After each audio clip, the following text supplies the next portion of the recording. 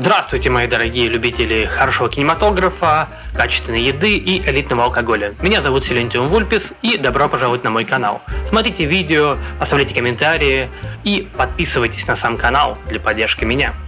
Также вы можете поддержать меня финансово через Donation Alex, DonatPay и платной подпиской на Boosty. Для уведомлений о прямых трансляциях и прочих активностей обязательно подпишитесь на телеграм-канал. Все ссылочки есть в описании. Спасибо и приятного просмотра. Это мыло, она вроде бы хлеб держит. А нет, реально, какой-то пакет.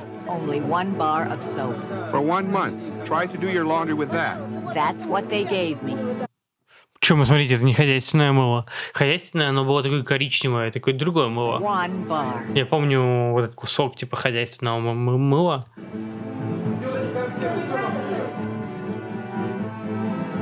Оно по-другому выглядело. Видимо, может быть, какое-то почищенное с душком. Вообще интересно, как мыло отличается друг от друга.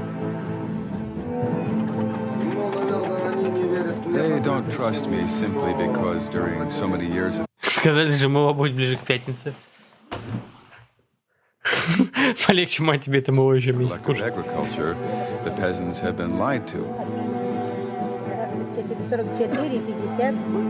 You see, the land was confiscated from the peasants in the 30s, even in the 20s.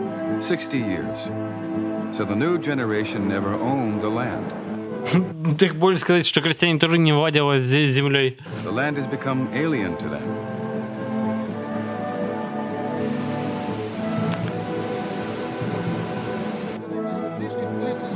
Уралмаш Фактори, Свердловск.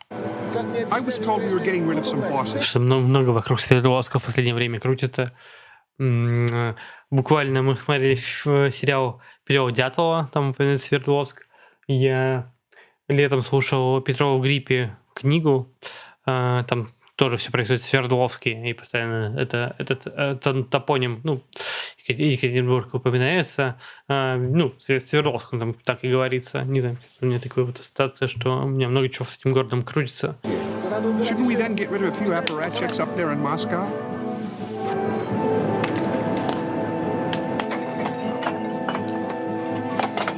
Это еще СССР, если что, 90-е годы. 90-й год. Мирукай, а что Мирукай? We don't want to work for the government anymore because the bureaucrat who approved this project doesn't live in this house. Standing in front of a customer, we are ashamed. Let there be capitalism. Ага. A sort of socialist capitalism, but still capitalism.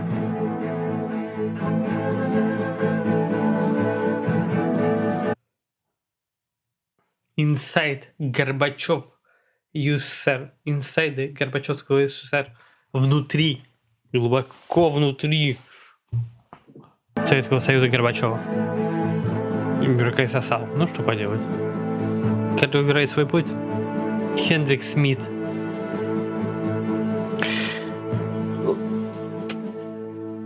То есть перестройка им тоже не нравилась. Funding for this series provided by the Corporation for Public Broadcasting, Public Television Viewers, Ford Foundation, Carnegie Corporation of New York, Charles E. Culpeper Foundation, W. Alton Jones Foundation, and the John D. and Catherine T. MacArthur Foundation. Я думаю, вопросов больше не имею, господа. Собственно, все понятно. Corporate funding provided by the Chubb Group of Insurance Companies, for over 100 years providing business and personal insurance to independent agents and brokers in established and emerging global markets. Даже не надо скрывать, на чьи деньги это делалось и чьи интересы это защищало. Ой, мне кажется, на второй минуте в целом уже все про это видео понятно. The locker room at Kalinin Mine in the Siberian coal mining town of Prokopyevsk. The miners are getting ready for the afternoon shift. Joseph Stalin once promised these workers a paradise.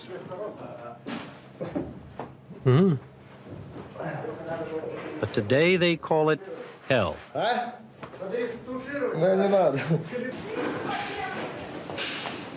The last time I visited Siberia as a New York Times correspondent was in the early 1970s under Brezhnev. Брехнева. Even then, I could see life was grim. But people were still silent.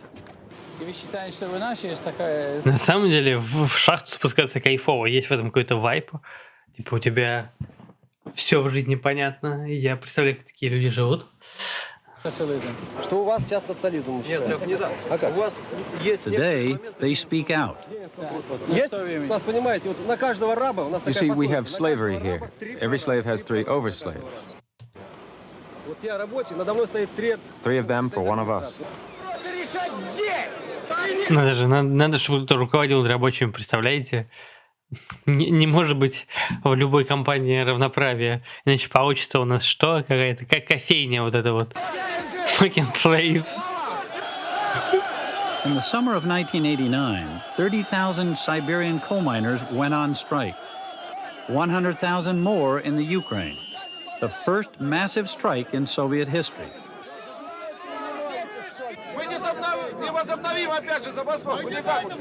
Civic rage over the revolution's unkept promises. У них обещание революции. In 1985, Каких именно? Что им Ленин обещал, господа? Mikhail Gorbachev came to power, admitting what these workers already knew too well. The Soviet economy was in shambles. И Горбачев об этом позаботился. Советская экономика находится в руинах, поэтому я что сделаю? Я, как Горбачев, напечатаю больше денег, чтобы денег хватило всем. Почему денег нельзя просто напечатать еще больше? Эй, ЦБ! Го! Погнали! He launched his plan to modernize the system by curbing central planners and introducing a touch of capitalism. He called it perestroika, the reconstruction, and he made it a test of his leadership. Отлично делать перестройку, если вы не знаете вообще каких-то законов экономики и как бы советуетесь с западными партнерами, которые вас должны этому обучить. 5 years later, these miners are telling Gorbachev, perestroika doesn't work, or there's not enough of it. Не работает. Перестройка сломалась. So I went to find out what went wrong and why.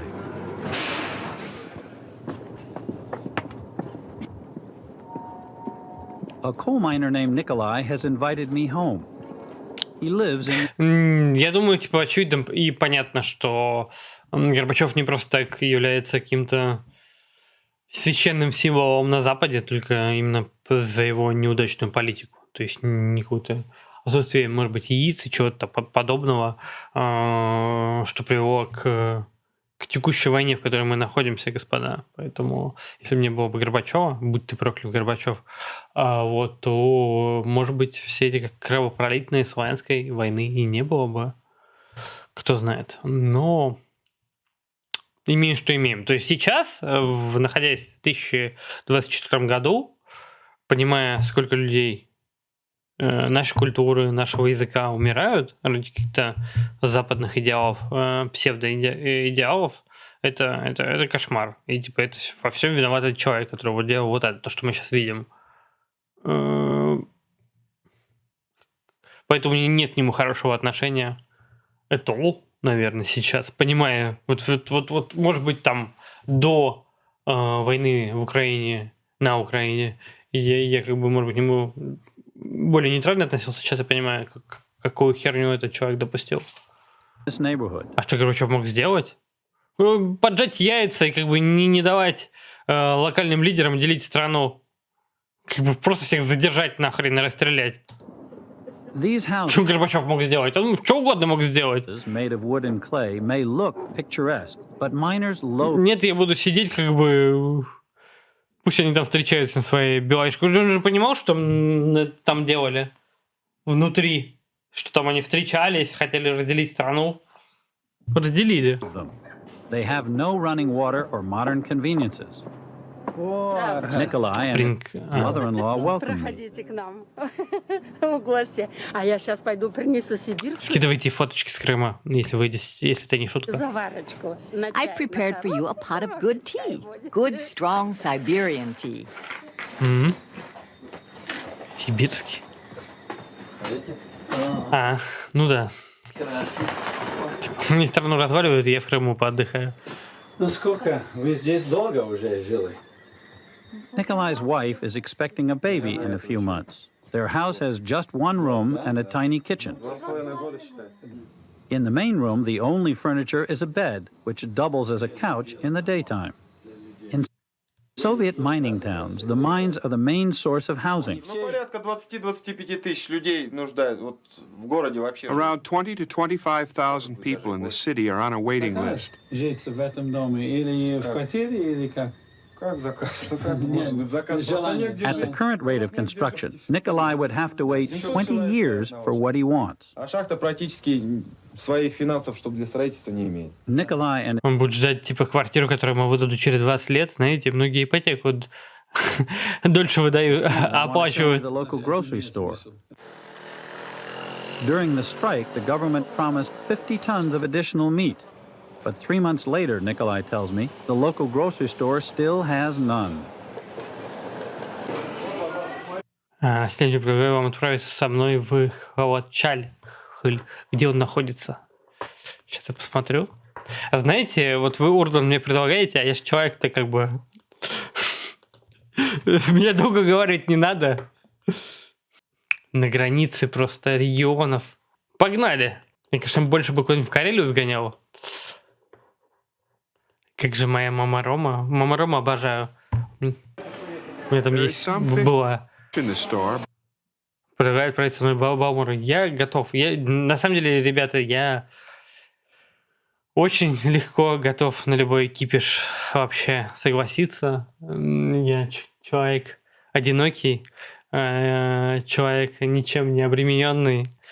Поэтому вы удивитесь, насколько я легко готов согласиться, особенно при наличии финансов или какого-то обеспечения на все. Вот. Я до уборной дойду, и мы посмотрим про немного рыб. Сколько у вас рыб есть. Погнали, погнали. Любой кипиш за ваши деньги. Вот. Короче... Насчет рыбов. Это же все связано с экономической политикой, и я не знаю, вот от разных людей, типа Антонова, я слышал, что экономика при Сталине, она была более спланированная, более логичная, и там не так лезли в дела Центробанка, не знаю, насколько это правда, но в целом то, что при Горбачеве все это вообще находилось в каком-то одище, это было ужасно. То есть то, что цены зафиксированы, все это не плавало. То есть из-за того, что цены зафиксированы, выгоднее было из-под прилавка продавать, чем напрямую людям, потому что можно было делать свою наценку и навариваться. И это было кошмарно. То есть все, по сути, в конце СССР как будто бы играли в Советский Союз, играли, как бы изображали все, что это еще существует, но хотя он уже, понятно, был мертв. Хотя бы идеологически. И это то, что допустило советская власть. И это разложение началось, понятно, не при Горбачеве. Вот мы смотрели недавно фильм, сейчас скажу, как он называется, забыл по названию, он называется «Если верить Лопатухину», 83-й год, это еще, уже смерть произошла нашего любимого Брежнева, но фильм явно снимался при нем. Там люди просят, если ты полетишь куда-то в космос, то привези оттуда джинсов. Понимаете, что, по сути, уже в том году, в 83-м, понятно, что весь этот строй развалился. Потому что люди в целом считают уместным и нормальным людей просить джинсы, если те в космос полетели. Потому что джинсы — это что-то космическое. Все, ваша страна мертва, если у вас такая идеология в центре. Ее берут, если только поросят, кормить поросят. Все так же, все на том же уровне. Any change since the strike? I asked the saleswoman. Экономика при Сталине заебись была плюс-минус 8 миллионов умерло от голода, зато трава была зеленее. Я не защищаю, я не знаю, на самом деле, я не экономист, точнее, не историк экономики Советского Союза, не понимаю, как оно устроено, но есть ощущение, что в этом было что-то изначальное, какое-то зерно ошибки. Вот.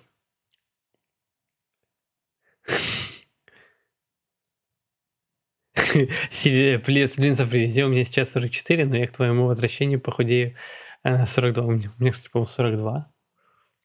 До моего уровня доберетесь, получается. Ничего нового. None. All the same as before. Except lots of flies. The situation with sugar is just as bad. Sugar is rationed, but Nikolai's mother-in-law Что сахар? points out the store doesn't even have it. Расовый белый сахар против расово неверного бамбукового черного сахара, коричневого сахара. Other shoppers erupt in fury over shortages of tea, chocolate, and soap.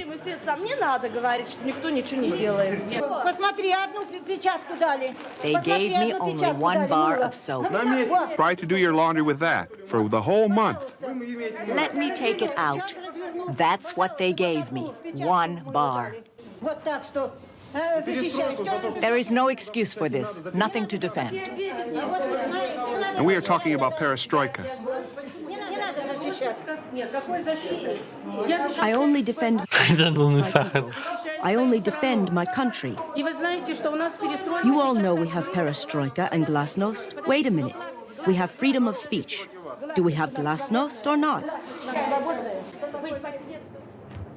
Nikolai and the strike committee are convinced the store is hiding choice items in its warehouse. He demands to see it. He accuses the manager of filling the trunks of party big shots. Why does everybody wipe their feet on us? We are not responsible for shortages. So tell me, who is? We are telling you, but you don't believe us. We are telling you something and you twist it around. Что будет с нашей страной? Сахара нету. Так спустите в метро, все то же самое скажут везде у всех. During the strike, we checked the license plates and found out everything. What did you find out? Did you go to people's houses? Have you found food from this warehouse? A typical blow-up in a typical Soviet food store. Helpless people in a futile argument. Как это пустили? Как это вообще возможно, что такой репортаж? Западные СМИ снимают в Советском Союзе. Как бы это же надо с камерой зайти. Это же не готово под камеру. Осуществляется персонализация заграничного паспорта нового поколения в Центре персонализации. Забавное название — Центр персонализации. The simple truth is, not enough food is available in the entire country. Much rots in the fields or in storage. It is a haunting symptom of decades of... Как вообще можно было... То есть, понимаете, вообще гений советского управления, они допустили, что в нашей стране какие-то проблемы с продовольствием. Просто страна, которая может, я не знаю, какой-то... С учетом того, что Украина тогда еще была в составе Советского Союза, просто какое-то безумное количество продовольствия, там, хлеба производить. Как это можно было? Типа, каким надо быть... Как это можно? Это надо реально, я не знаю, добаклювом быть, чтобы обосраться с этим. Agricultural failure.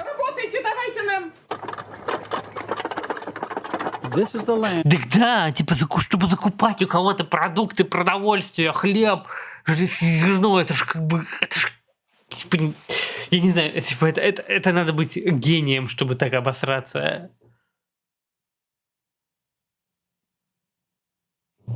Вы решили обновить паспорт после смерти Навального? Нет, я решил обновить паспорт. Я, по-моему, про это говорил еще в январе. У меня загранпаспорт закончил свой срок действия. Я его буду обновлять для того, чтобы средства оплаты, которые можно делать в заграничные сервисы, работали, и чтобы там авторизироваться. Для чего мне нужен? Пока никуда ехать не собираюсь. Если поеду, то, скорее всего, делать какие-то проекты за деньгами. Вот, с России никуда не поеду. На смерть Навального мне, грубо говоря, плевать. Типа, при всем как бы уважении к мертвому человеку, но меня это не касается. Совок от начала до конца пестрил безграмотным ебаным управленцем. Ну иди, да, это пережиток буржуазного общества. Лондон, все. Before the revolution, land reform created 17 million private farms in Russia, and the country became the world's leading exporter of grain. Then Stalin... Кем мы, кстати, являемся сейчас? Спасибо Путину за это. Кто там ненавидит Путина, да, и из-за Навального трясется. Но тем не менее мы хотя бы это вернули хоть как-то. Так вот, в январе планировали убийство. Я тот самый Тромп, который оторвался. Виновен, Ваша честь. The USSR became the world's #1 importer of grain. For 25 years, these women have been distributing state-baked bread to the villages near Yaroslavl, 200 miles north of Moscow. Here lived the last farmers of Russia, who lost their land to Soviet power. Но, с другой стороны, типа, на север от Москвы, к Ярославлю, это не самые плодородные земли, что про это говорить. These women are their daughters. А могли бы, как в Северной Корее, есть и гречку с яйцами. Кстати, сардельки там в холодильнике есть. Crop seizures of the 20s, famine of the 30s, Khrushchev's bragging about agriculture in the 60s.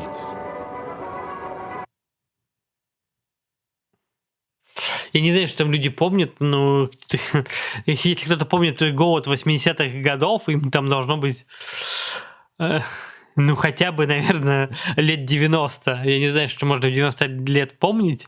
На минуточку, это видео 90-го года, то есть даже люди, которые в 20-х родились, им уже 80 лет на тот момент. Не 80, 70 лет на тот момент. Соответственно, как бы они смутно это помнят. И, вероятно, из воспоминаний их родителей, которые могут быть искаженными, которые в детстве как бы утрируются, поэтому это как бы... 1989 harvest time in the Soviet Union.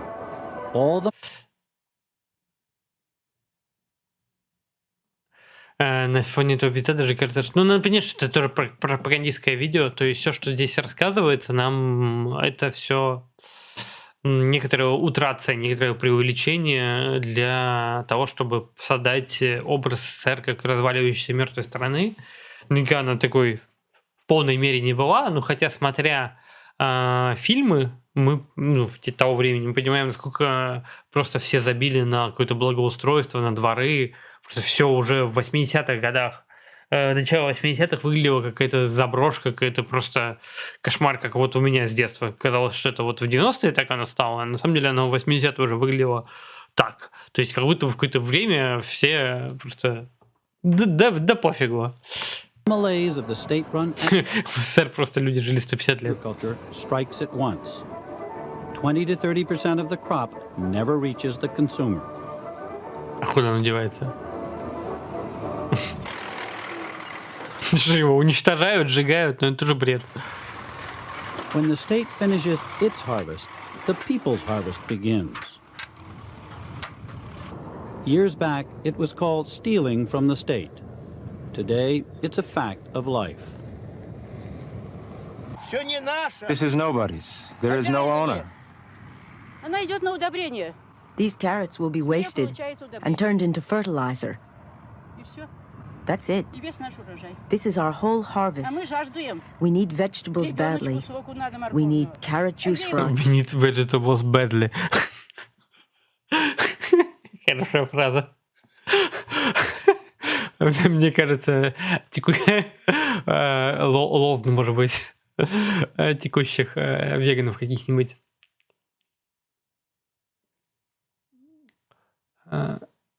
Нам, похоже, там на фид-каналах есть мнение, что когда мы что-то вспоминаем, мозг инфу перезаписывает, и мы можем что-то исказить. Ну, понятно, что это все искаженное какое-то восприятие.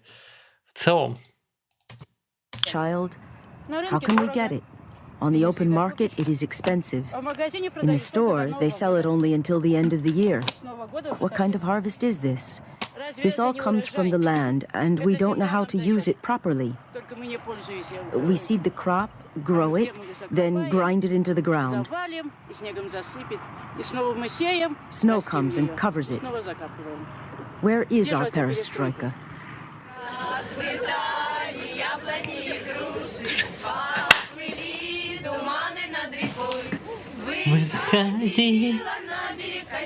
There would be no harvest in the Soviet Union without these volunteers, because so many people have left the countryside for the city. Имеет в виду вот эти вот, как это называется, забыл, когда студентов отправляли.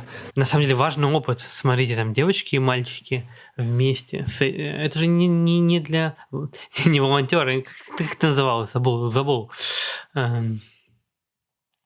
Слово выпало из головы. В общем, девочки и мальчики едут, не целина, едут куда-то, и там, как бы, понимаете, рождается. Они же студенты. На картошку едут, да. Они же студенты. Вот. Молодые. Что на этой картошке происходит? Понимаете, какую землю там как бы берут и оплодотворяют?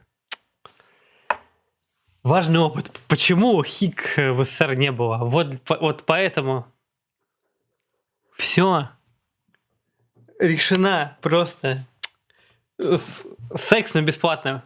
Этот ваш Поднебесный такое одобряет. Это же как бы вот оно, о чем Поднебесный мечтает, чтобы всех отправили на картошку.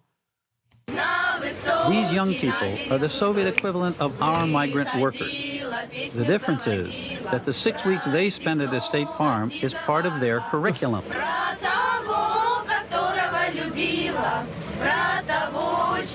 Поднебесному там тоже бы не перепало. Ну, тогда бы были меньше требования к мальчишкам. Достаточно было иметь джинсы, и ты уже побудешь в любой, так сказать, дыре.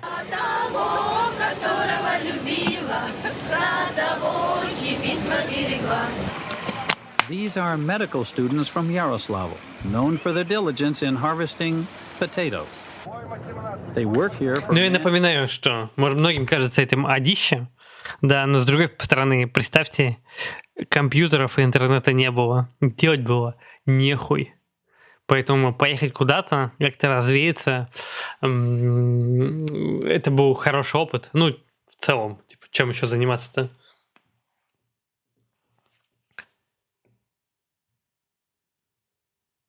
Там еще доблестную советскую армию вместе с военной техникой на каждый урожай подтягивали. Who was a bit of a look-alike for Gorbachev.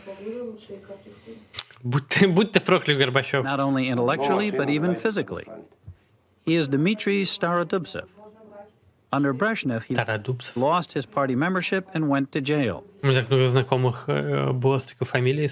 Then the system did not want innovation, and he got into trouble for being too entrepreneurial. But Gorbachev's reforms have given him another chance. Here at Dzerzhinsky State Farm, he is admired as a good manager and even won election to the Supreme Soviet, beating a party candidate. At this staff meeting, he suggests that the manager responsible for housing be demoted and opens the matter up for discussion. Ну, проблеск. Мутовская школа старая. Проверяющих у нас развелось море. Море проверяющих. Кстати, если хотите тоже фильм, который отображает и символизирует эпоху, рекомендую фильм «Фонтан». Российский. Вот. Забыл, как режиссера зовут, который снял «Окно в Европу». Вот он до этого снял «Фонтан». Ну, как бы, мне кажется, лучший фильм в целом, который резонирует с перестройкой. Ну и, кстати, тут специально показывают самые убогие провинции, совочка с самой низкой категории снабжения, чрезмерный РСФСР. Ну да, тоже верно, что, ну, понятно, Ярославль, они потом еще в Карелию какую-нибудь поехали. Не фонтан, который фонтан, а наш фонтан. Вы его не видели, скорее всего, в великолепном маэстро, я уверен. Also, part of the asbestos insulation on the pipes has been ripped away by the wind. Because the antiquated machinery breaks down so often, Soviet farms must triple their manpower to handle the harvest. Starodubtsev gets by with only doubling it. He's good at putting machines. Фонтанное окно в Париж, прикольное окно в Париж, очень жуткие советские дети остаются на улицах Парижа и зарабатывают как могут, да. Ну, он не такой интересный, как фонтан. Фонтан, типа, в рамках своей какой-то эстетики больше символизирует эпоху. Но здесь, опять же, показаны какие-то... В Ярославле это там как бы не то чтобы такая уж плодородная земля. Прям так этим восхищаться. Это все-таки не южные регионы, где воткнешь палку, все растет. 500 people live and work at Jasinski State Farm, one of Stalin's creations, organized like a factory. The state plows the land, the workers punch the clock. Often, entire families are on the payroll. Housing and most of... Ярославле самый высокий IQ в стране, это типа правда? Я был в Ярославле, когда мы делали проект для Билайна. Я был в центре обработки данных. Там есть такая большая серверная, которая Билайном строится. Тут я несколько раз гонял. The food are provided.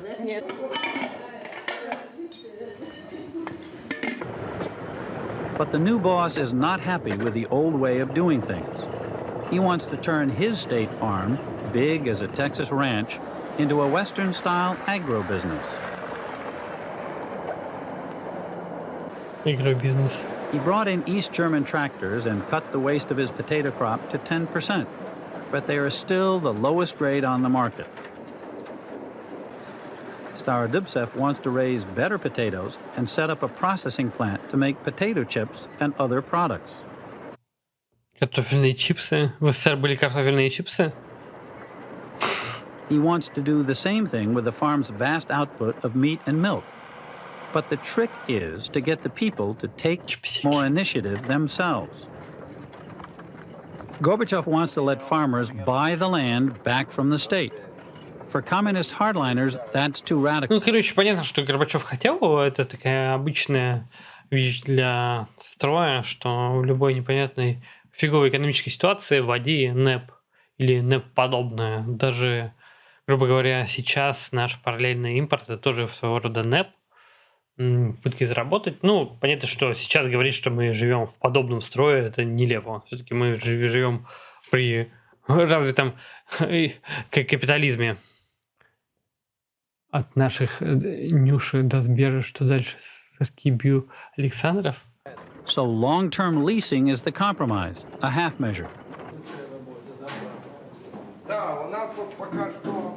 The idea is that Ну, там интереснее это показано. Там, короче, более образнее показано вот развал дома. Понятно, что дом — это страна, как в Армавире. Как бы там корабль — это страна. Вот. Но в Армавире там мы уже видим как бы катастрофу постфактум, то есть мы на нее повлиять не можем. Там как бы именно попытки влиять на эту катастрофу развала. Потому что нельзя было делать политическую либертализацию. Ну, нельзя было, да, гласность с либеральной экономикой. Надо было что-то одно вводить. Собственно, как Китай делает. То есть Китай может быть более либеральным в рамках экономики, но в рамках идеологического он все-таки более консервативен. И так он сохранил. Не знаю, ну... Очевидно, что, наверное, Горбачев является каким-то не совсем просоветским агентом в данной всей истории. Есть такое ощущение. Please, take it, we tell them. And we are also offering them the land so they can work on it and grow the cattle food, feed the cows, and sell them to us.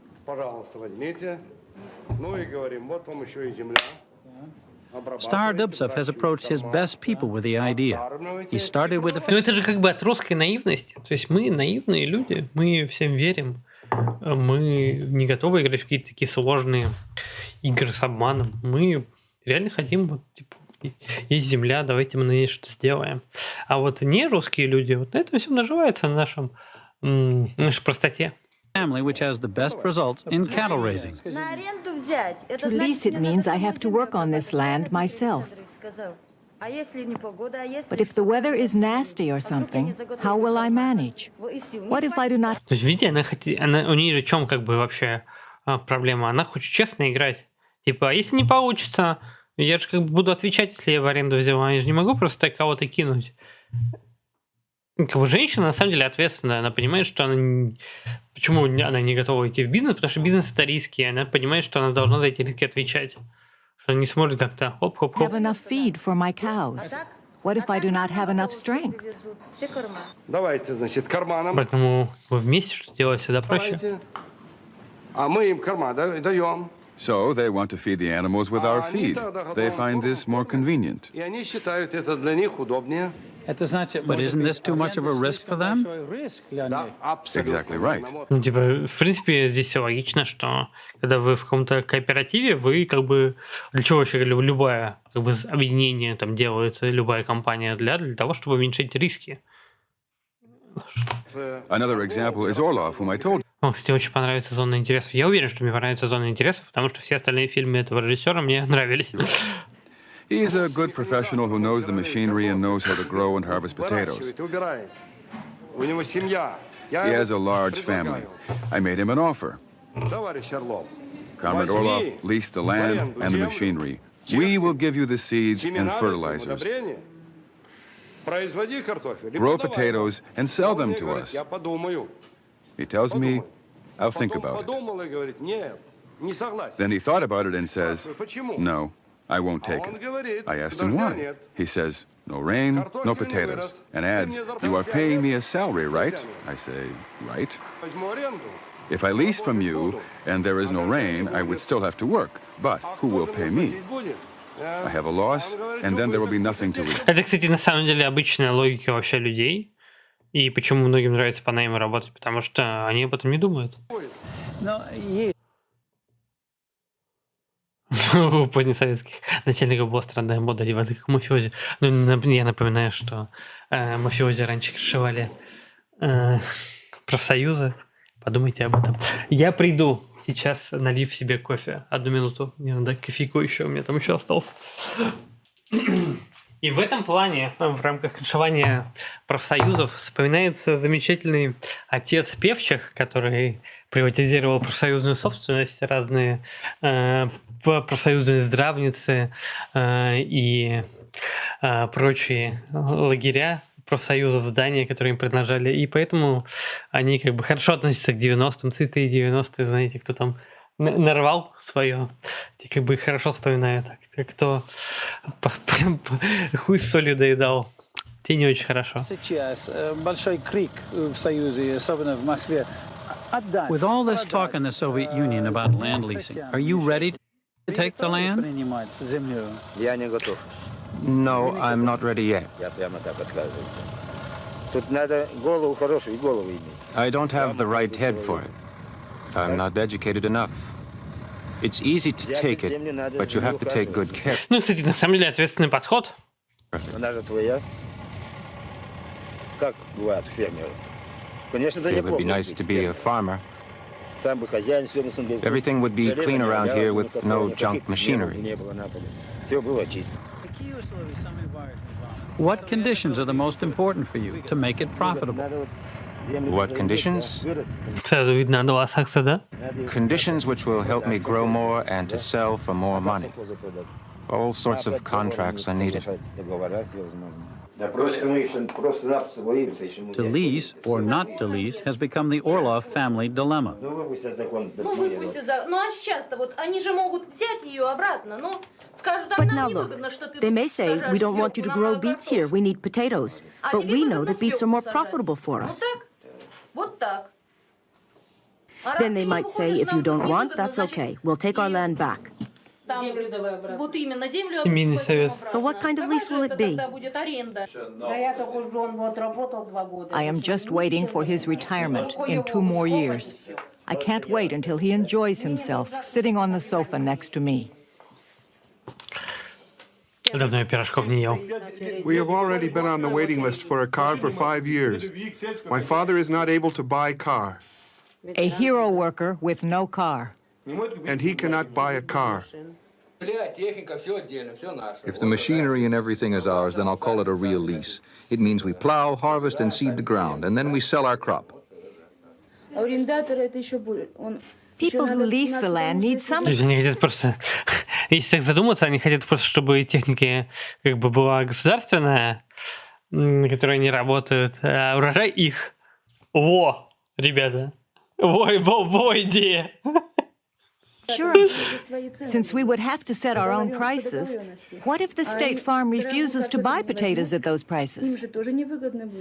Ну пусть вот у вас. Типа мы берем технику совхоза, работаем на ней, а совхоз у нас покупает урожай.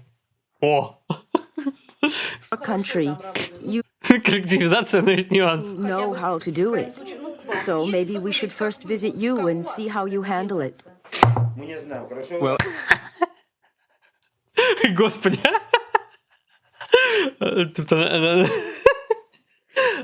Вот мне нравится эта идея. So maybe we should first visit you and see how you handle it. Ну-ка, давайте-ка посмотрим, как у вас там. Все ли хорошо? well, in your country, you have all kinds of farmers. They buy the land and become their own bosses. It should also be like that here, but we don't know yet how to go about it. The next morning, I asked Starodubtsev why the farm workers don't trust him. Ну, наверное, они не верят мне по той причине, что... Я не думаю, что здесь уже в 90-м году у кого-то есть проблемы с паспортами, то есть... They don't trust me simply because during so many years of collective agriculture, the peasants have been lied to. As a result, they developed a general distrust, which they now direct toward me. But I tell them, take it, please. We'll help you. We'll create proper working conditions for you. Take it. Опять обманули. Не, ну при этом понятно, что, наверное, все-таки были какие-то разнарядки. То есть государству, понятно, выгодно, чтобы все люди преуспевали. Потому что чем больше людей преуспевают, тем больше они налогов и прочего платят. Поэтому успех каждого крестьянина – это как бы успех царя. И в этом успехе как бы слава царя отражается. Не боятся. They are afraid. Today we have Starodubtsev, they say. And what if someone else will replace him tomorrow? Today Gorbachev is in charge of the country. Tomorrow Gorbachev may disappear. And the attitude towards leasing may change and we will be broke. In other words, our people do not believe in tomorrow. As someone who was sent to prison... Ну, собственно, неуверенность в завтрашнем дне, какая-то нестабильность – это всегда проблема для страны. То есть, если вы не можете планировать что-то, то у вас не будет бизнеса, потому что это увеличивает риски, потому что любой бизнес, любая какая-то активность частная – это риск-менеджмент. И если риски слишком большие, а, понятное дело, в рамках опыта людей, которые прожили всю жизнь к 90-м годам, то есть там уже не осталось людей, кто жил не в СССР, и поэтому у них нет какого-то частного опыта, даже опыт непмановский, НЭП-опыт, он сомнительный, понятно, для них, соответственно, это все большие риски, что какая-то новизна. Любая новизна, как бы, она неприятна, она как бы отторгается, и ничего так не работает. Поэтому, конечно, такие инновации надо вводить постепенно. You yourself, do you now believe in the system? Я всю жизнь верил. All my life I believed that one day there would be democracy in our country and that it would be based on deeds, not on slogans. That laws would be made not... Мы тоже очень верили, что европейские законы, особенно законы о частной собственности, будут соблюдаться в нашей демократической России. Казалось, не все так просто. Частная собственность. Плевать. But for the people, I believe such times have arrived. Especially as an elected official, I have this feeling. I'll fight for laws promoting truth and trust among people. I want this word gentleman to be established in our country. Ну, то есть, в целом можно умилиться наивностью этих людей. То есть они, наверное, в это действительно верили, и мы, русские, очень наивные, очень верящие во все, в какую-то справедливость, ну, потому что у нас какие-то христианские идеалы, которые в целом, наверное, хорошие, если глобально посмотреть, оторвав от какой-то веры конкретной, да, они в большей степени резонируют с нами, с нашей душой, чем у других стран.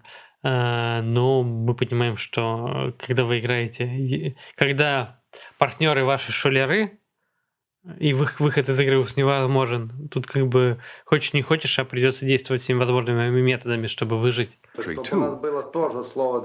So when a man gives his word to someone, it becomes an unwritten law. Мы понимаем, что такое слово джентльмена. Я думаю, прекрасно. You see, the land was confiscated from the peasants in the 30s, even in the 20s. 60 years. So the new generation never owned the land. The land has become alien to them.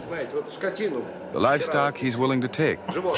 То есть, в принципе, вот если вот это взять и немного так спроецировать на Путина, который говорит, что как бы нас обманули. Вот если взять его интервью с Такером, которая уже, я думаю, со всеми заезженная, но у него же риторика такая, вот мы верили в слово джентльмены, типа вот мы хотели свои обязательства выполнять. Понимаете, да, откуда это растет? И что получается?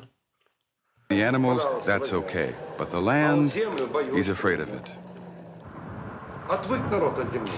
Our people have lost feeling for the land.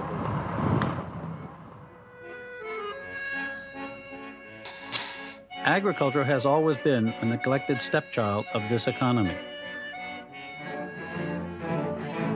But heavy industry was always a Soviet pride. And throwing up massive plants far from Moscow became a trademark of Soviet socialism.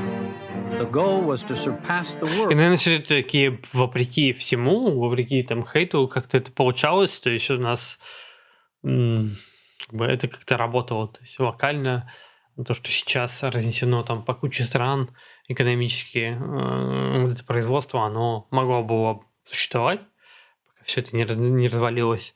И производить что-то внутри страны, может быть, не так полезного не полезное для частного потребления, но тем не менее какие-то вещи у нас получались. У большевиков Советского Союза что-то вышло. Ракеты в космос, атомная энергетика, то, что мы сейчас как бы наследуем и развиваем, все это и есть. Правда, мы сейчас еще поправили сельское хозяйство, к слову, и бизнес по производству удобрений. Oil, machine building. Here in Sverdlovsk, 2,000 miles east of Moscow, a gigantic plant for heavy machinery was built from scratch in 1933. They called it Uralmash, the Ural machine building plant. Уралмаш, кстати, помните, я недавно фотки постил со стенда Уралмаша, мы делали с ними проект. An industrial legend celebrated in poems and songs. Industry built at the expense of the consumer. This was a perfect example of the Stalinist model of command-driven economy and a tool of Soviet propaganda. People prepared to sacrifice for the might of their state. When Uralmash rolled out Soviet tanks for World War II, this crowd cheered.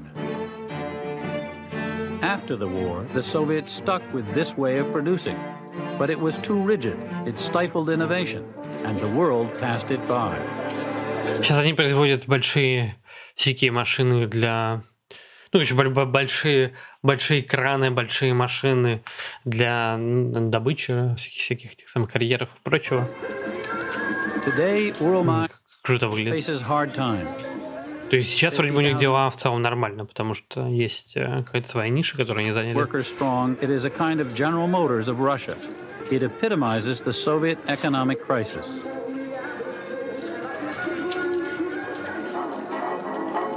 The era of the hero worker is long gone. These workers are no longer willing to sacrifice for the state. Непонятно, кстати, откуда этот кадр такой, он как будто бы ретро. Uralmash is bleeding. Nearly 5,000 people, 10% of its workforce, have left in the past year or so. The new Soviet workers are looking for greener pastures.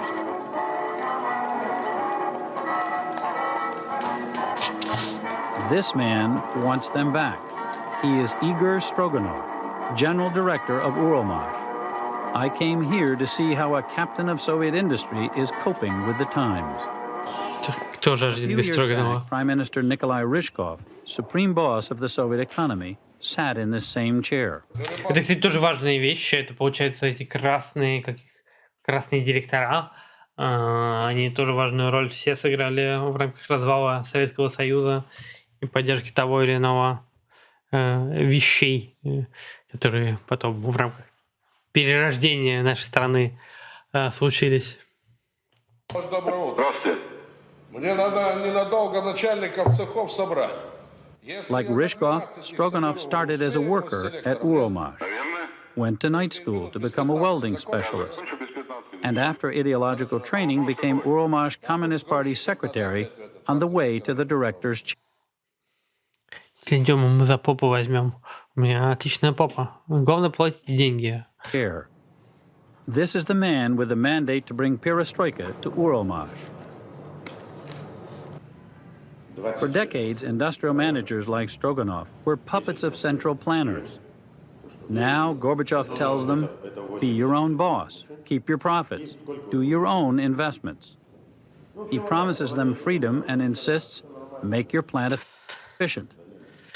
То есть здесь вопрос, как это можно вообще людям говорить, у которых нет базового образования в рамках экономики, не плановой. То есть как люди, которые не обладают знаниями о рыночной экономике, о том, как она устроена, могут с ней ей оперировать. То есть здесь как бы нету вообще какого-то базиса. То есть если он говорит, что он был рабочим, откуда он это знание о рыночной экономике мог получить и принимать какие-то вещи не по совести, да, а по велению рынка. Не очень понятно, поэтому это просто гениальный ход от Горбачева, как мы понимаем. It is a mighty assignment. Хорошо. Uralmash virtually monopolizes the manufacturing. Москва не расстроилась, капитализм тоже может быть длиной в коммунизм. Но здесь вопрос, что так вот как бы рубить с плеча не получится. Это как бы очевидно, потому что если ты хочешь делать рыночную экономику, рыночную какую-то социалистическую страну, то тебе нужно хотя бы какие-то догматы этим людям дать, чтобы они оперировали тоже этими ценностями, этими пониманиями. А тут делайте, что хотите. Как бы берите это независимость, сколько вы вынесете. Там Ельцин говорил по-другому. Вот. Типа, это звучит как типа отъебитесь от меня, пожалуйста, делайте, что хотите. Ну, ты не начальник, если ты всем говоришь, то есть ты своим подчиненным говоришь, делайте, что хотите, значит, как бы ты берешь с себя ответственность, снимаешь. Значит, ты как бы не руководитель. Heavy machinery in the USSR, giant mining excavators, oil drilling equipment, turbines, presses for iron and steel. Most of these products are unprofitable for Uralmash.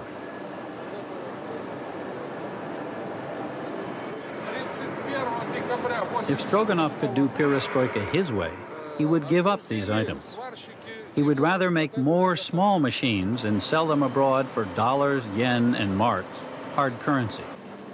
But central planners still make him produce too many big excavators and sell them at home for rubles, claiming that other Soviet industries would collapse without them.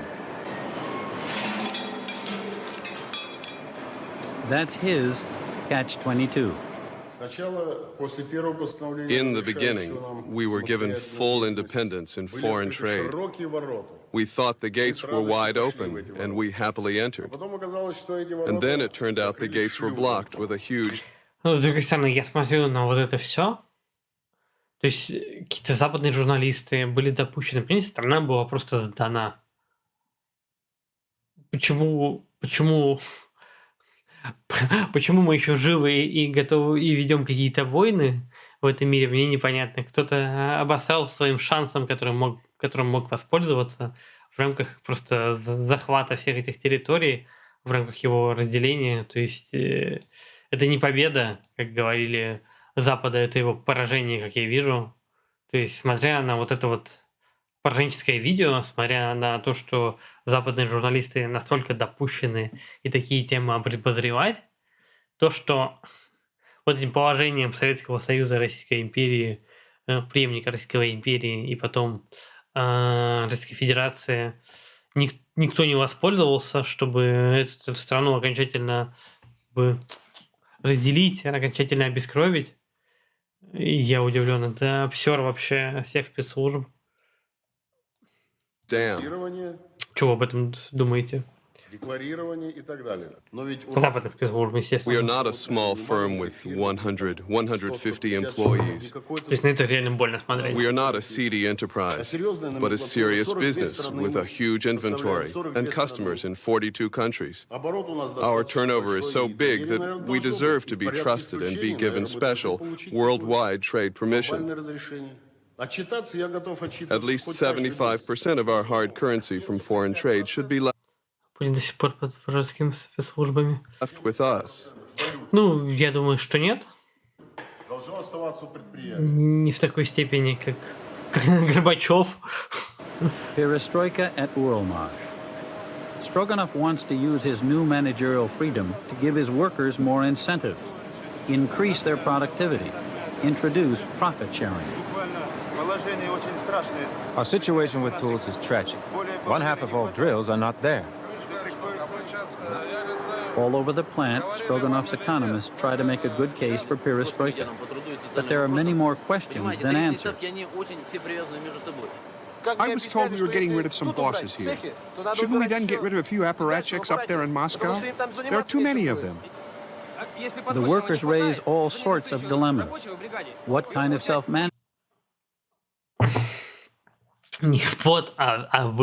is it when the prices are still fixed by the state? Why do they still need a central administration if each shop is supposed to become independent? How can we catch up with the West? What are we talking about, catching up with them, when we're 200 years behind, and we sit and wait? Our bosses sit in their butts doing... Это что же какое-то, типа, вот, как бы, внушение, что мы отстаем-то на столько лет? Nothing. So perestroika is not working the way it should. Сколько у нас, интересно, фактически было отставание? Наверное, основное отставание Советского Союза и основное его упущение — это микропроцессоры и вот эти все технологии, связанные с разработками микроэлектроники. Там, наверное, было отставание в лет 5, явно не 200. И это самое большое упущение, которое, конечно, сейчас ощущается.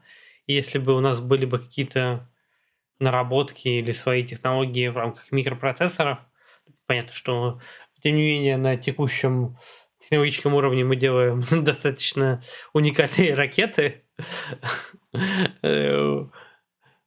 с гиперзвуком. Вот. И это как бы... Понятно, что гигантские платы, но они работают. Это уже хорошо. Представляете, какой бы был бы успех, если бы в микроэлектронике не было бы такого отставания. There's still a crisis at the end of every month. Stroganov has to resort to old methods, running around like a cheerleader, mobilizing workers to fulfill state quotas. Deliveries run late, output stacks up. This is what we call unfinished production. The less time this stuff lies around here and the quicker it is delivered to the customer, the more profit for us. What are your main problems? I asked Stroganov. We have billions of problems. First, a shortage of manpower. Здесь как бы мы понимаем, сейчас он будет проблемы перечислять. Я думаю, что для любого руководителя, который сейчас руководит каким-то предприятием, проблемы будут такие же. То есть проблемы-то, понимаете, у них есть некоторые переложение ответственности за счет того, что они думают, что они не в такой стране родились, не в совершенной стране, которая как бы убогая. Ну, по сути, любой бизнесмен, скорее всего, с теми же самыми проблемами сталкивается. But look, this is the second shift. He now has only enough workers to man 40% of the available machine tools. The third shift has even fewer workers, right? That's right. 10% of our machinery does not run full capacity because there are no orders from customers. About 60% of the machinery cannot be used because of a shortage of qualified workers. The rest of the machinery works normally.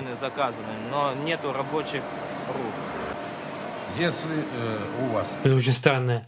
Кто-то переполнил заказами, кто-то нет. То есть почему это? Почему, если есть рабочие, они не могут выполнять эти заказы? In your country, normal economic relations exist, meaning you have money. The free market exists. You purchase your raw materials, any kind of resources, and you solve any kind of problems.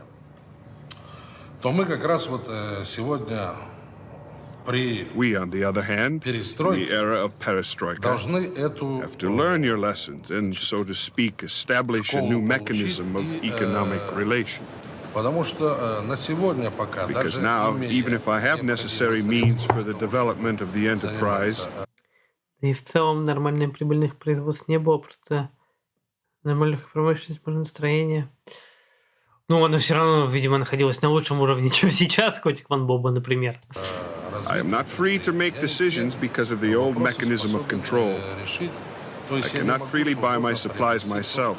То есть его доразвалили в рамках... Ну, то есть то, что мы такие вещи сделать не можем, это минус. И сейчас, разумеется, мы помогаем китайскому машиностроению, просто потому что сейчас везде и у наших каких-то ведомств китайские машины, это как бы херово. Надо было своему. Without state control. One way or another, the state decides 95% of Stroganov's output. To produce what he wants, he needs raw material. Это что, Строганов здесь в титрах переводится как без Строганов.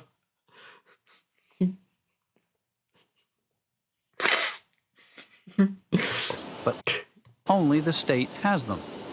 So he has to produce what the state wants. Catch-22 again. And since nobody can get rich on the state's fixed prices, Uralmash stagnates, and its workers leave. Uralmash was called the father of Soviet machine building. Like a good father, it provided half a city of subsidized housing for its workers. The father, once praised, is now being blamed. Stroganov, the father figure, visits one of 12,000 Uralmash families living in substandard conditions. Немного стрёмно, что двери открываются как бы внутрь. То есть выбить очень легко. У меня дверь открывается в подъезд. Ее именно выбить сложно. Потому что выбить звонок, господи, это самый личинку замка легко, но тем не менее вот так вот их можно просто. Проходите. Красота какая.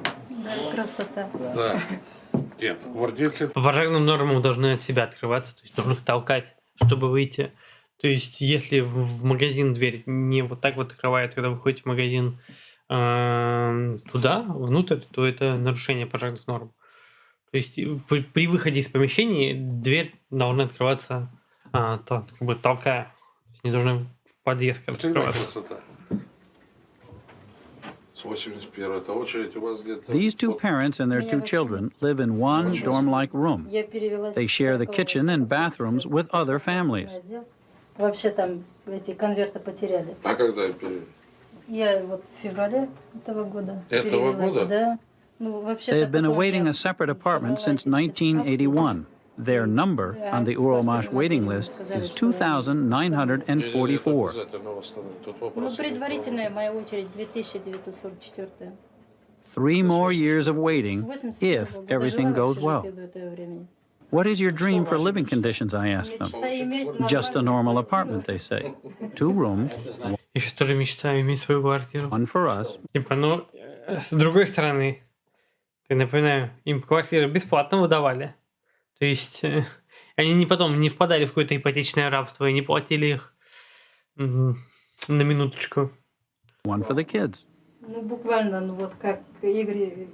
This family intends to stick with Uralmash, but a steady stream is quitting.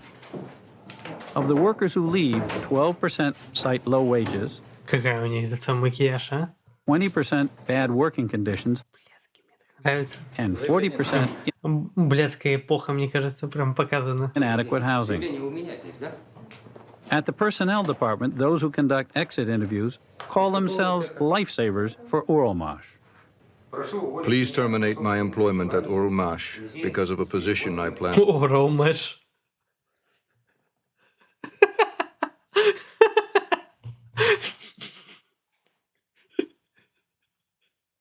С учетом ее косметики, ее как бы внешнего вида Uralmash.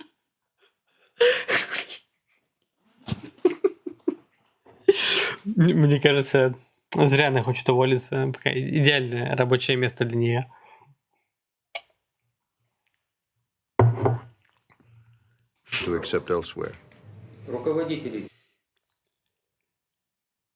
Как делали такие пышные прически, ну каким-то типа этим самым, наверное, лаком для волос. Домик в лисе. Нос в селе и хатка на Адмиралтейской, чтобы в 5 утра в тишине идти на работу по 2. Возражаю. The supervisor is against letting you go and urges the personnel department to negotiate a pay raise with you. How long have you been with us? 5 years? All these years at Uralmash. Yes, but in different shops. Married? Yes. Children? One. Living conditions? 1-bedroom apartment. Satisfactory housing? Yes. Provided by Uralmash. Yes, by Uralmash. Have you got a new job yet? Yes, I go to work for a private enterprise. Private enterprise. Mm-hmm. Mm-hmm. Do you think the private enterprise movement will survive? Wait a minute. You shouldn't put the question that way. Are you going to have a very flexible work schedule at the new job or not very flexible? Well, there, it all depends on my productivity. The more I do, the more I make. So that means... Она устроилась какой-нибудь. У меня до сих пор есть коллеги, которые так красиво прически делают. И милирование вот это вот блядское, наверное, самое блядское, это вот милирование. It is very flexible. Well, it looks like the factory lost another worker. Да, добрый день. Эпара-папа. Ну давай под... Как вообще это вот... Как это все согласовали? Как это все снималось? To stem the departure of his workers, Stroganov wants to use some of his profits to build new housing for them.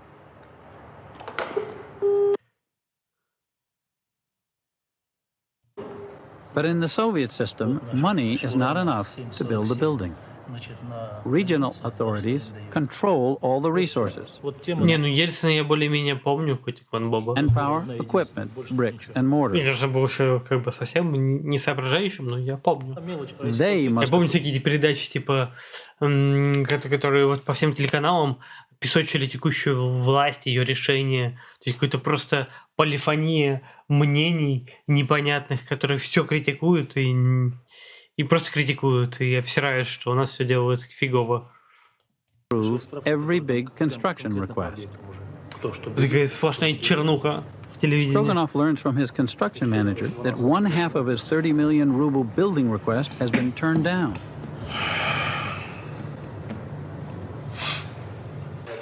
He tries his party connections to reverse the decision. Tomorrow is the deadline for appeals. His contact is not there. Вот так, да? Ну, спасибо. Как у него смешно, смотрите, у него смешно жилеточка на пузике расходится. Смотрите, обратите внимание, а? Видите? He's gone out.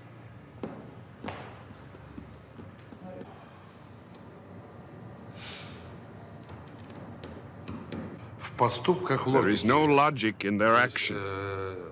Ну, сегодня для того, чтобы порешать вот ту проблему. All our problems today are related to the low level of social services for our workers. Впереди капитального строительства. Housing and the provision of cultural services. Ну, сократили. I can understand the reduction of our industrial construction in the light of recent economic decisions.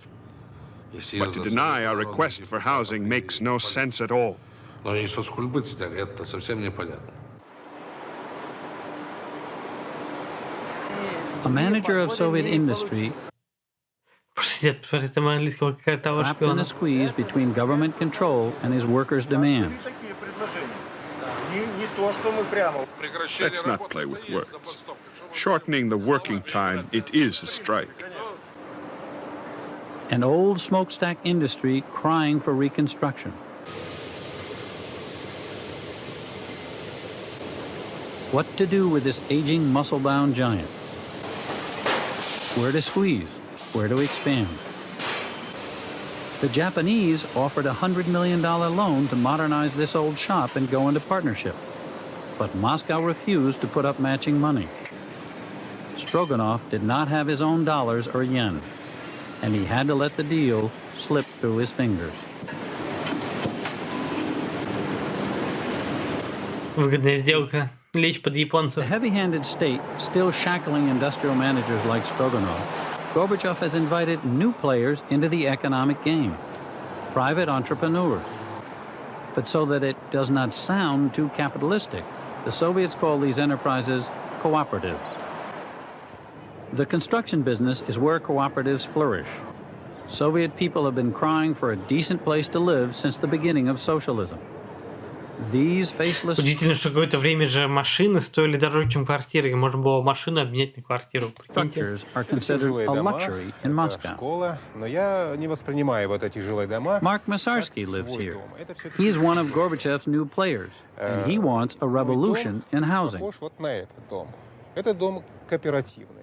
All this housing complex may have different forms of ownership, but it basically belongs to the government.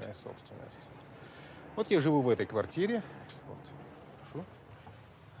This is my apartment, but I don't own it. It belongs to the state. However, this is my own wife. Жена государственная или нет? Her name is Ola. This is my little son, Yannick. Of course, he thinks this is his home. But I don't consider this home as our own. We didn't pay for this apartment, and I want to buy my house. That's how the concept own your own home came to my mind. This West European one-family housing design served as a model. Таунхаус он задумал. Точнее. This is not the first time Masarsky tried to make capitalism live side by side with socialism. During the Khrushchev era, he belonged to an experimental group which collectively operated a Siberian gold mine. That experiment died under Brezhnev. Perestroika has given Masarsky a new opportunity. When the government announced that up to 40% of all Soviet construction could be built privately, Masarsky asked for a 1 million ruble state loan and purchased this dilapidated brick factory on the outskirts of Novgorod near Leningrad. 4 years Что с этим персонажем стало? Barbed wire fenced this brick factory. Prisoners worked here. 350 of them used to produce about 12 million bricks a year. Те самые кирпичные заводики. With new equipment, Masarsky has nearly doubled production with just 90 workers. With these bricks, he wants to build his dream houses.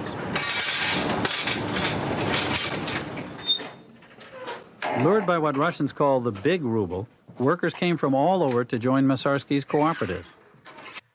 They make 1,000 rubles a month, 5 times what the state would pay them.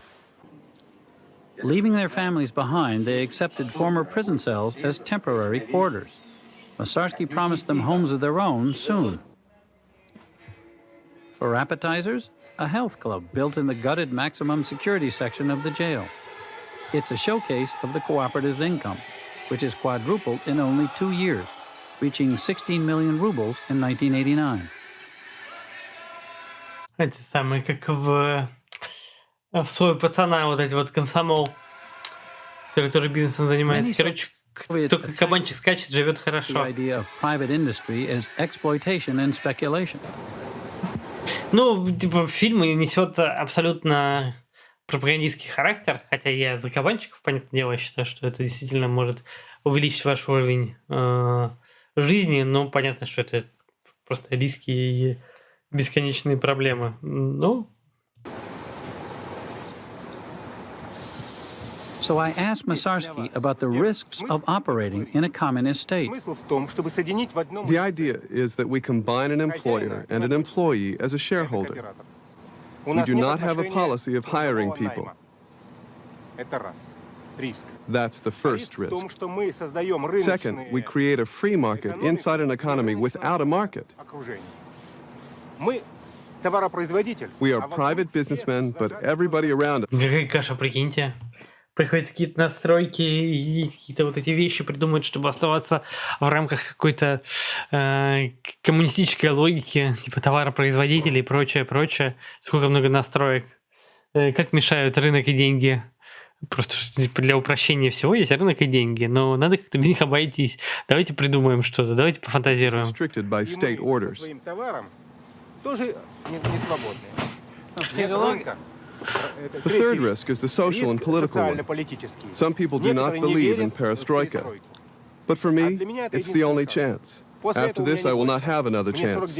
I am 49, and this is my swan song. 3 years ago, no co-ops existed.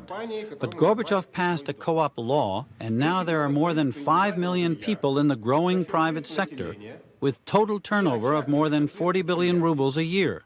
But still a small portion of the whole economy. Altogether, Masarsky has 800 workers. Each of them has a share in the business. Some build highways, some build houses, some make bricks.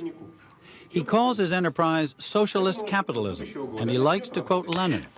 Ну, кстати, возможно, если бы вот этот путь чуть развился, и когда людям выдавали все эти бумаги на разделенные, в рамках приватизации, предприятия и объяснили, выдавали бы акции, они что типа ваучеры, да, выдавали, или как это называлось? Не ваучер, по-моему. Ну, короче, выдавали не те документы, которые выдавали бы акции, это было понятней, и как бы чуть разделило бы чаяние кабанчиков и обычных людей, то, что обычные люди бы также владели бы в какой-то меньше, может быть, долей этими предприятиями и понимали, что от их работы зависит их доход, их как бы стоимость их акций и прочее, и это бы вход в обычный рынок бы, в капиталистическое общество бы чуть облегчило, но так не пошли. Я забыл, как назывались эти бумажки. Не ваучеры. Они назывались... Кто напомнит, как назывались? При приватизации документа. Voucher. Masarsky considers it civilized that his salary is only 2.5 times the pay of a worker. At this meeting of the co-op, Masarsky is giving his workers advice on what to do with their extra money. Housing prices will go up, so anybody who owns a house or apartment makes a good investment. Masarsky sounds like a market analyst, yet he operates in a country where there is no market. Bricks are in short supply, so he uses them to barter for equipment and supplies. But no one has enough lumber for him. All the lumber in Novgorod is under the thumb of this man, Alexander Bokhan, state supervisor of timber. Masarsky once leased one of Bokhan's lumber mills, but the state demanded almost all the output and left no lumber for his dream houses. So he gave up the lumber mill. Now he's back trying to cut a better deal. A partnership. At the moment, we are limited by the state orders. There is no solution for his situation. They will fire me if I do not fulfill the state plan. I have no other way except of doing what I am told to do. In order to give him lumber, I would have to produce more, but I do not have either human or technological resources. So I pushed Bokhan, suggesting that since there is perestroika, maybe he can ask Moscow for more flexibility. But he laughs. Everything is possible if they untie my hands. Все возможно. Мечты сбываются. Советский Союз. It's not possible here? You are right. So far, it is impossible. In the quantities he needs, it is impossible. Yes. Настюшка, спокойной ночи. Приятных коммунистических снов вам. Что бы это ни значило, и как бы это ни отображалось. This is the lumber mill they have been talking about. Bohan complains about his lack of resources, but Masarsky used to have 100 men at work here. Since he turned it back to Bohan and the state, production has almost stopped. The state is a monopolist, not capable of taking advantage of its wealth, because nobody wants to work for them. We have workers. Combining his resources and my skills, we could have a treasure here. Leasing is not a solution. We should own this business. This lumber should find its way to a marketplace. Owned by the state, it lays dormant. It belongs to everybody and nobody. The state and I, we are like... Не, ну, в принципе, вот, типа, вот если таких кабанчиков запустить, то и государство бы запустилось. То есть, вот на местах бы решать какие-то такие проблемы. Это проблема плановой экономики, то, что нельзя все спланировать. И для этого нужны вот рынок, чтобы он как бы все оптимизировал, все подстраивал, все выстраивал как надо, как идеальная модель, идеальная, единственная возможная. Это, конечно, вот сказать, заготовить бревна, они просто лежат, и их некому обработать, они просто гниют. His feet are stable, he stands firmly on the ground, he has resources, but his hands are tied. I can do with my hands whatever I want, but I stand only on one leg. But I need two. One is brick, one is lumber. With only one, I cannot make it.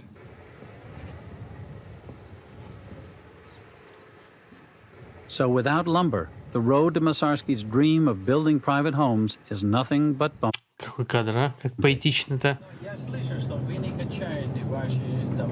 Yes, he builds houses, but at the state's orders, at the state's fixed prices, and using inferior materials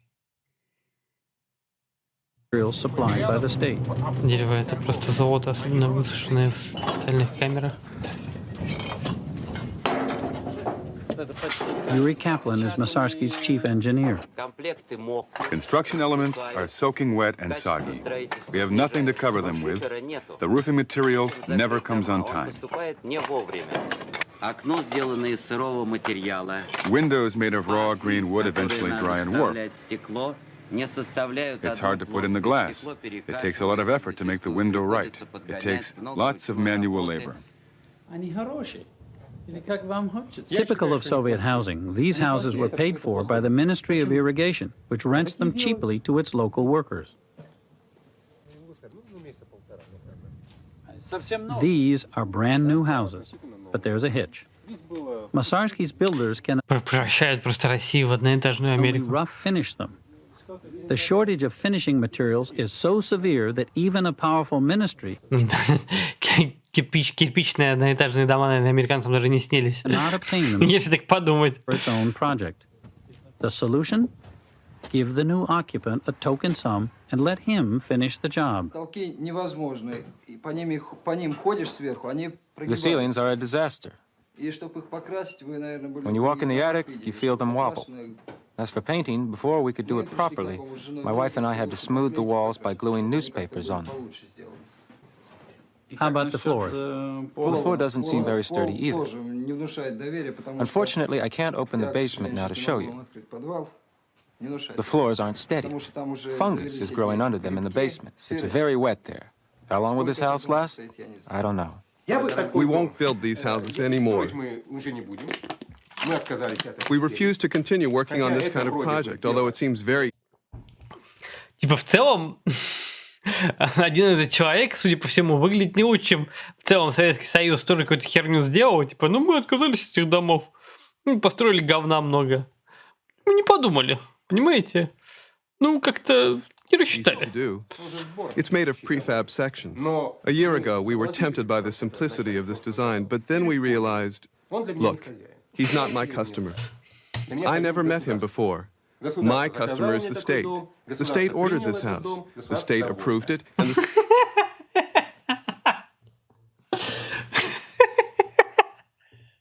Ну, типа, пук-среньк. Ну, типа... Вообще, я как бы, вот этот человек, не знаю, кто, хуйло какое-то. Государство приняло, деньги заплатило, все нормально. state is pleased. We could have continued this arrangement with the state, but we don't want to work for the government anymore. Standing in front of a customer, we are ashamed. Because the bureaucrat who approved this project doesn't live in this... Почему дом такой хуёвый? Ну, видите ли, чиновники виноваты. Вообще мы старались. Мы не то чтобы хотели нажиться. Мы как бы не пытались сделать дешево, как бы материалы сэкономить. Но как бы чиновник виноват. Он принял такую работу. Мы же как бы сделали. Думали, типа, надо лучше. Но чиновник принял работу. Пофиг, что мы там стегнули денег из заказа. Но он принял работу. Поэтому мы не виноваты. Вот лично я тут ни при чем. Do you think you could build better houses, let's say, for him directly? If he pays me, of course. And how much would it cost? Whatever the actual cost will be. According to the contract. Nobody is happy with this. I'm not happy, the renter's not happy, I'm not happy. And I'm saying the state should not be happy. But he corrects me. I say the state is happy, all right. They've decided that before the year 2000, each of their workers gets an apartment or a house. So here, 10 families got housing. But the state doesn't care whether the families are happy or not. They made a check, filled the square. Они дают им какие-то квартиры, и мы недовольны. Вот мне кто любую квартиру бы дал бы, да пофигу даже в какой-нибудь бараке. Просто чтобы мне было собственность квартиру. Мне было бы нормально. Даже если потом этот барак снесут и какой-то дом новый построят, я был бы счастлив. На халяву дают, как бы, мы недовольны. Это нормально. Объясняю один раз. Про духи должны быть цоколи, чтобы проветривать подвалы. Были жуткие ситуации, когда кто-то разжигал костер в погребе, терял сознание, за ним по одному спускались вся семья и все помирали. Ну, понятно, что живет в одной комнате. Газ там тяжелый скапливался, и все задыхались с ним. Как с этим самым, как с бассейном ситуация была. Там же такая же штука, когда твердый лед в бассейн спустили, он начал, соответственно, углекислый газ выделять, он тяжелее кислорода, и люди спускались в бассейн и задыхались. И тонули еще в бассейне. Не вытащили. Поэтому нужно передать So we have to change the customer. It should not be the state, but an individual homeowner, a paying customer. Why shouldn't the state give him a mortgage, let's say for 50 years? Let there be capitalism. A sort of socialist capitalism, but still capitalism. So I went to the Kremlin to see how much capitalism is possible. The man I will see is Deputy Prime Minister Leonid Abalkin, Gorbachev's chief economic advisor. He's a learned scholar, but like all his economist colleagues, he's never met a payroll. I tell Abalkin about all the complaints we have heard from people who want to make the economy work more efficiently. I ask him why they can't have more freedom. What's the obstacle? The major problem of perestroika is that there are some people who want perestroika and there are some people who combat perestroika or want to keep things the old way. And the powers are almost equal. Today one side is getting the upper hand, tomorrow the other side. So we call perestroika a revolution. It's a revolutionary fight. It's like a fight of two powers. It's not so simple. Это медиапроект, по сути, «Генерал Лебедь», который был запущен. Потому что нужен был в этом всем какой-то волевой мужик, который скажет мочить в сортирах. Abalkin has scheduled a meeting with his advisors. They let us listen to their debate about the pace of reform. Выйти с предложением к какому-то одному варианту или дать все-таки для обсуждения сопоставления альтернативных подходов? Срок этот представляет... Байден оценил возможность новых санкций против России из-за смерти Навального. Допустил ужесточение санкций против России Байден в связи со смертью Навального.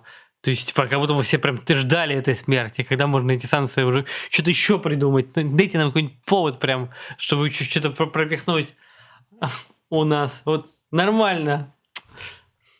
как же все просто пляшут на этом Навальном, на его трупе. We see very limited time for changes. Also, we have to consider the experience of small socialist countries.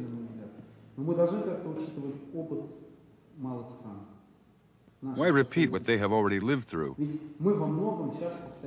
They've been doing economic reforms slowly. In Hungary, it took 20 years. In Yugoslavia, 30 years. In Poland, 10 years. Now, for example, Yugoslavs Опачки! Явлинский. Такой молодой. brought to their parliament a new accelerated concept of reform showing why slow pace had failed. It is impossible to provide all economic spheres with the same opportunities at the same time. We must ensure the stability of large enterprises. А что это он делает рядом с съемочной группой не русской? Which need to solve their internal problems. Они все равно будут медленнее разворачиваться. Есть какая-то сфера, включая, кстати, и сферу But in финансов, finances, which is the blood circulation of the entire economy, we need a more radical approach. быстрее начать функционировать. Она, может быть, действительно наиболее быстро должна переводиться на новые условия. In short, a Balkans advisors see the country in crisis. One proposes launching major new steps in 1991. But the others, worried about public impatience, are pushing a Balkan to go for bold measures much sooner. Чтобы все, смешанность была вот так, везде. Нам же надо достичь этой смешанности. Мы только что слышали. Как много, на самом деле, болтологии и мало просто действенных решений. Что там достичь и так далее. Это такая прививка, наверное. Не прививка, а наследие советского прошлого, всех этих совещаний бесконечных. Что ваши советники из То есть в рамках любой корпорации у вас принятие решений и изменения, оно очень замедлено из-за всех этих совещаний. И, конечно, Советский Союз такая одна большая корпорация. И понятно, что корпоративная какая-то культура там, кажется, процветала в рамках всех этих собраний бессмысленных. И тут они как бы вот эту вот культуру, по сути, берут и применяют, дальше продолжают, потому что в рамках, соответственно, их базиса по-другому им кажется, что невозможно что-то просто прийти там и самому начать что-то делать. I just heard your young economist saying that you have to take large steps forward at once, not go slowly. Are you going to do that? Ну, может быть, потому что я старше их. Well, maybe because I am older than them, I suppose that we should make these steps cautiously. Когда я вступаю на незнакомую территорию, when I enter an unknown territory and when I take my first steps, первые шаги я должен сначала сделать один шаг. I first have to make one step, feel the solid ground under my feet, and only after I am sure that I won't slip into the swamp, then I'll take my second step. When my foot feels the solid ground again, I should... Экономические решения, они как просто с какой-то литературой связаны. То есть давайте рассуждать не о конкретных каких-то проблемах, а давайте говорить, как ходить по болоту. И жизнь же это как болото. В жизни все так же. We are living now in a highly charged social situation. We have no right to make a mistake. Our society won't tolerate a government which makes Мы все живем в mistakes. society. Have mistakes not already been made? Well, I have to make efforts, and that's my role here. That's why I was transferred from science to the government, so there will be no more mistakes. You can provoke social unrest and strikes by some careless actions. Social disturbances don't come out of a void. They may be the result of ill-conceived decisions. There is a movement going on. The market deteriorates. У того второго тоже лицо знакомое, но я не помню, кто он. Он тоже где-то светился в политике потом России. There is a movement going on. The market deteriorates, the economy goes downhill.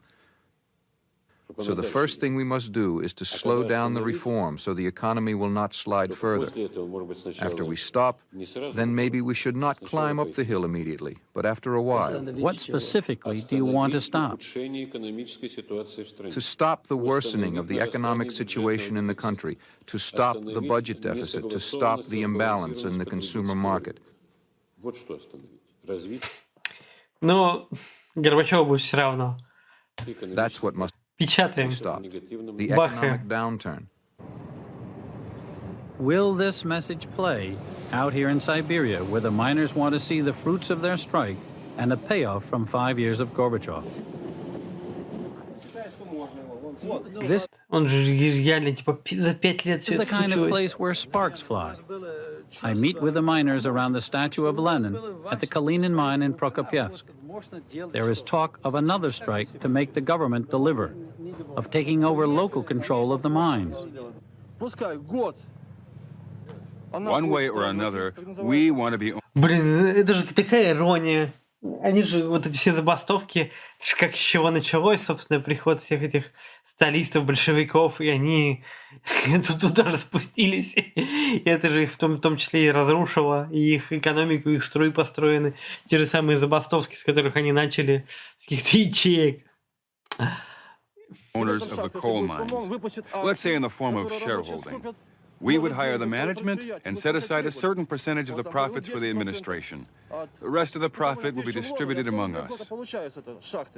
Nothing will change if we do not get rid Главное все отобрать и поделить. Так все будет работать. Если грамотно отобрать и поделить, то тогда заживем. of the supremacy of the Communist Party. But who is the party? You and I, we are the party. Let's make sure the right people... Я не удивлюсь, если в итоге это реально какая-то... Потом скроется, что это спецура там Украины или кого-то это все сделало для того, чтобы поднасрать России в итоге того, что Украина зажимается все больше в угол. Я не удивлюсь, если это так, если вы про Навального. Вот. Но я не хочу строить какие-то теории заговора. Думаю, Навального по очевидным причинам хранили как максимально ценные вещи, поэтому такое произойти просто не могло. Либо это какое-то феноменальное предательство. Ну, мы с таким тоже сталкивались. run the party, and things will change. Он один ничего не решает, но их же много. Они же выдирают No, they won't. All the party wants is our dues, nothing else. Надо снизу все это брать. Скидывать Not true. It Всё wants your отобрать. voice. But we don't have a voice yet. It's only been 4 years since we began to speak. 4 years is nothing. In America, 200 years after the revolution, they still have big problems to solve. In America, a capitalist closes down the mine when it's not profitable, right? But isn't it true that after 10 years of working underground, an American miner can support his family for the rest of his life? Isn't that true? Here, he's been working for 23 years. I've been working for 16 years. Come to our apartment. There is nothing there. Nothing but illnesses, broken bones, and scars all over my body. All talk, no results, they say. I heard that refrain on my travels from Siberia to Moscow. I saw a few bright spots. A bit of private enterprise, a handful of daring industrial managers and farmers. But all this lost in a sea of troubles, shortages, inflation. Perestroika is choking. The economy was the Любимчик больше не любимчик. Давайте его топить. Понимаете, да? reason for Gorbachev's rise to power. It will be the ultimate test of his success. So far, he has tried only half measures, shying away from radical reforms. He seems afraid that bolder steps will cause unemployment, factories shutting down, or food riots and a popular backlash. But unless he is more daring, he will not be able to lift his country out of its economic crisis. Is he still Нужно, чтобы у него было еще больше бензопила, чтобы еще больше рубил экономику. too wedded to the old Тогда system? будет все хорошо. Has the complexity of perestroika outgrown its creator? Or is it simply that nobody has yet found the path from a centralized to a market economy and completed the journey? This is Hedrick Smith. In our next program, Nationalities, can Gorbachev hold the Soviet state together against nationalist tensions in Central Asia, the Caucasus, and the Baltics?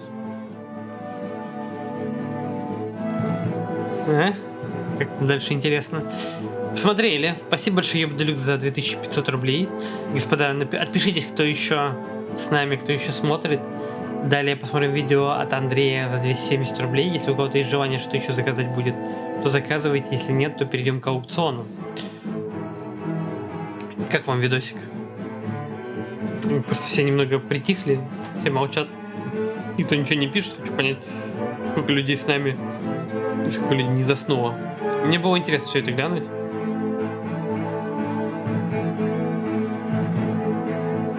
Естественно. Срез эпохи достаточно жесткие.